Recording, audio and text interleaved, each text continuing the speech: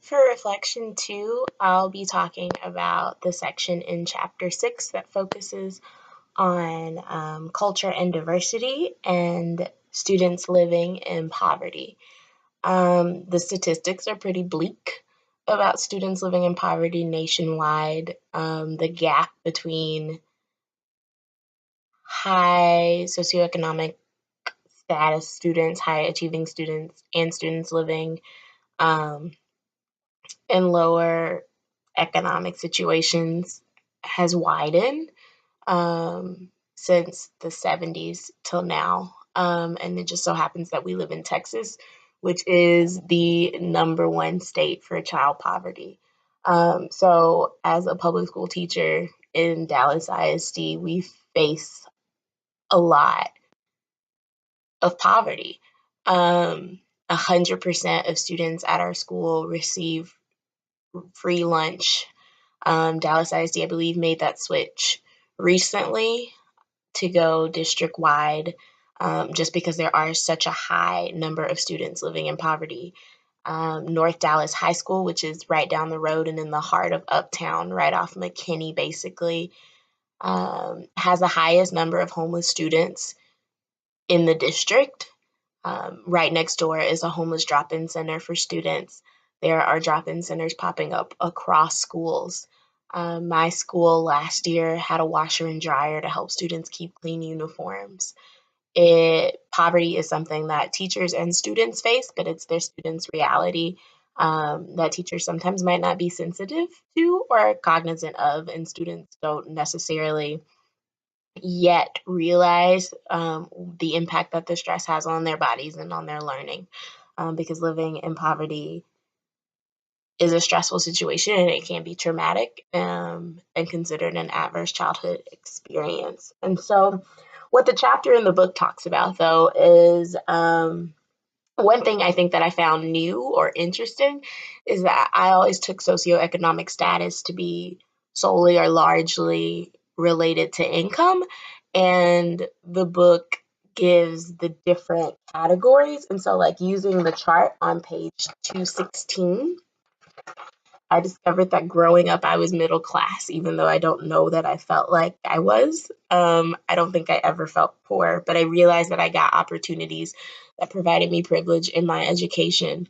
And some of the things that are talked about in the chapter that I'll discuss later also happened to me growing up. So it's really interesting as an adult to see that. But I thought it was interesting how, when determining SES, or socioeconomic status, researchers look at income, occupation or your source of money, education, whether your family owns a home, health coverage, neighborhoods, whether they can afford college, and political power. And so, like, while I think this is interesting in terms of classifying students and sort of, I don't really know what we do with SES, honestly. I can say that answering these questions, yeah, I was middle class, which is fascinating because then when I applied to go to college, my parents couldn't afford it. And the school that I was zoned to in my neighborhood, that's usually comfortable, was producing subpar results. And students, the kids in my neighborhood, when they would stop by, um, couldn't read our name on the door. It was a really stark contrast that I didn't get at the time, and I don't think I really got until after I graduated college. So my parents were able to afford to send me to private school. So even though I had a school actually behind my house, physically behind my house, I could see it from my back porch. It was not a good fit. But for people who had limited transportation, limited resources, limited money, and just limited knowledge about options that were out there, that was the school. And it's still open and it's still producing subpar results. So I get really passionate about kids living in poverty because it's something that they can't control. but it is something that they can break. And so one of the interesting things that I found when reading this is sort of about resistance, like peer influence and resistance culture. And I don't think any child grows up saying, I'm going to fail, but they do take in their environment. And I'm not saying that children living in poor environments are destined to fail or that failure is the expectation. But um, I can say from my own experience that by my family choosing to put me in a private school and being able to make those sacrifices and having that money, they put me in a different culture. They changed my grouping. They didn't necessarily know it. They knew it on the education sense, but not, I don't think, the long term. They weren't thinking this way. Because when I think of, I had one friend in my neighborhood, and we were friends just because we went to the same church, not because we hung out and like played around very often, but he lived around the corner. And so our lives are very similar. We grew up in the same place. We ate similar foods. Um, we went to the same church. We experienced sort of the same things around the same time. But my environment and my culture in my school system and also in my home valued education. So even though my parents had no idea what to do with my homework, I remember when we had to type our first paper, which was double spacing, and I have older parents. And so we thought double spacing meant you actually put two spaces between each word. And so I turn in this paper, and my teacher's really confused because she didn't explain what double spacing meant because she took for granted that we knew what double spacing meant when it wasn't the case. And so I find myself doing that a lot with my children now and my students who are living in poverty. I'll say something and I just assume that they understand it, and then they pretend to understand it. And it's clear to me when I read their finished product or as I see them working on it that they don't understand it. And so I think our environment, and I'll relate this back to poverty, our environment affects our access to things. It wasn't talked about explicitly in this chapter, but children entering pre-K have heard over 5,000 words less if they come from a low income background than students that come from a middle or upper class background. And so they're already starting with a gap. And the book addressed this sort of talking about summer setbacks or summer melt. Students that already are living in poverty start the school year with a gap. Then students have a summer slide where they lose a significant amount of learning, and that compounded with the lack that they already has increases the gap. And so you have a student who maybe has enrichment programs during the summer. They have access to quality, and they're receiving or hearing um, vocabulary in their home. Their gap, they don't have one. They are far ahead, either on track or above it when they start. And so what they lose, but it's not compounding damage, I guess. I think one of the things that I thought was interesting was that in the point and counterpoint, it talked about tracking and whether tracking was a good idea.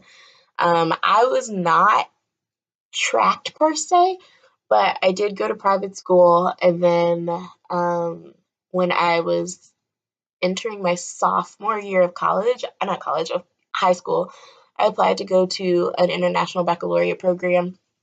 And so, which is technically for gifted students. And so I did that and got in, and it was really exciting.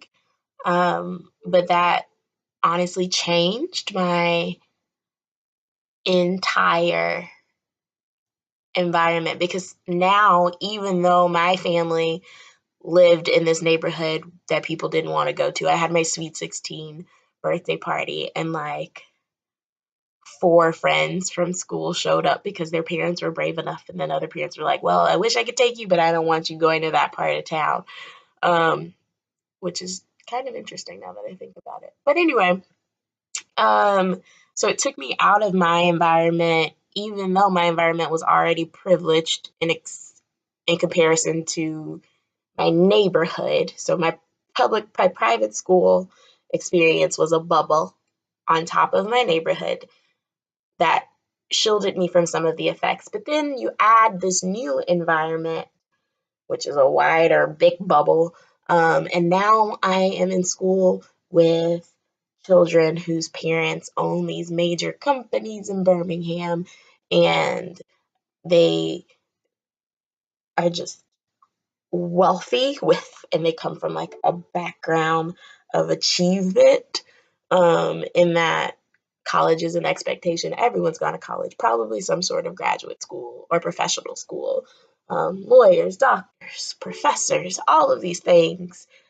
And here I am from sweet little Bessemer, Alabama. But without that environment, I'm not sure what my college experience would have looked like. And so I compare myself to my friends that stayed in private school and they went to state schools, or private schools that were very, very, very expensive and didn't offer many scholarships. Because when you're high achieving in a bubble, it's not, when you're high achieving in a low income bubble, it doesn't mean anything, really. And we're seeing this here in Texas now, where Texas policies in terms of them accepting the top percentage of students from schools, and then having a special place for schools that are Title I. Those students are dropping out at a quick pace because they're in a new environment that they haven't had access to. And so I guess sort of in summation, because I feel like I've sort of been rambling, about poverty, is that it's a really complex issue. And the implications are huge because it affects such a large number of students and people. And so my goal as a teacher is, or my question as a teacher, I guess, is how do I validate my students' experiences and their families' lives while also helping them understand that there's more. It's third grade's a really interesting grade because they still think adults are cool and mystical creatures in a sort of way. And so we were talking a couple weeks ago about college, and I don't remember having a college conversation. I just remember going to college. That was just what it was. I always wanted to be a lawyer, so I always knew college was involved somehow, even though that dream didn't turn out. It's fine. But we were having a conversation about college and why are some reasons we want to go to college? Oh, well, we want to make money. We want to get a good job. We want to be able to eat. Kind of very basic needs sort of answers, which is what's on their mind, which is what concerns them. And I'm like, yeah. And so what kind of jobs might we want to get? And, some of them are like, I want to be a teacher. I want to be a police officer. And so while I'm validating those experiences, a little girl raises her hand and she says, well, Ms. Robinson, my mom went to college for like less than a year and she works at a warehouse and that's a good job. And I'm stuck because it is a good job for the neighborhood, for the people that she's around. So then who am I and what culture am I teaching them when I'm teaching them a culture of power? Because their experiences are validated people work on different levels and different experiences, and I'm like, I want you to grow up and do better. But what does that say about their experiences that they're having now? What does that say about their parents who they look up to now? And how do I change the conversation at home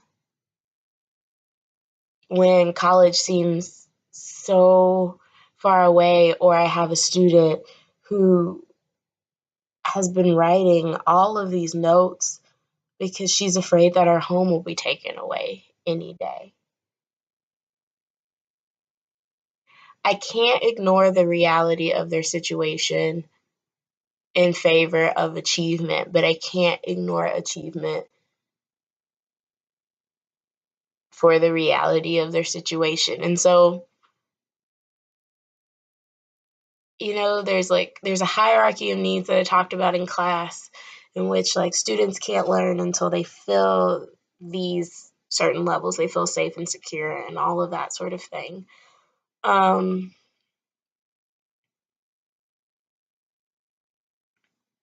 But the school is honestly ill prepared to handle that. So I go to my counselor and I go to my assistant principal and I tell them, hey, one of my students might be evicted soon, and she's probably going to have to leave the district, and it's really stressing her out. And she's been quiet and withdrawn and very upset about it. Or one of my students told me their dad is about to get out of jail, and they're excited, but they're also sad because they don't really know what that means for them. And then I receive a response like, well, when they're homeless, we can give them bus passes. Everything the book talks about is real, and it's honest, and it matters. And as a teacher, we have to set high expectations and we have to create a safe environment.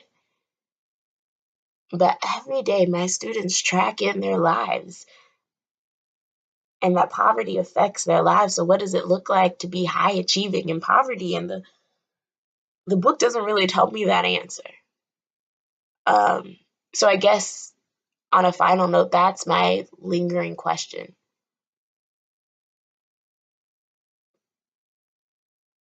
Yeah.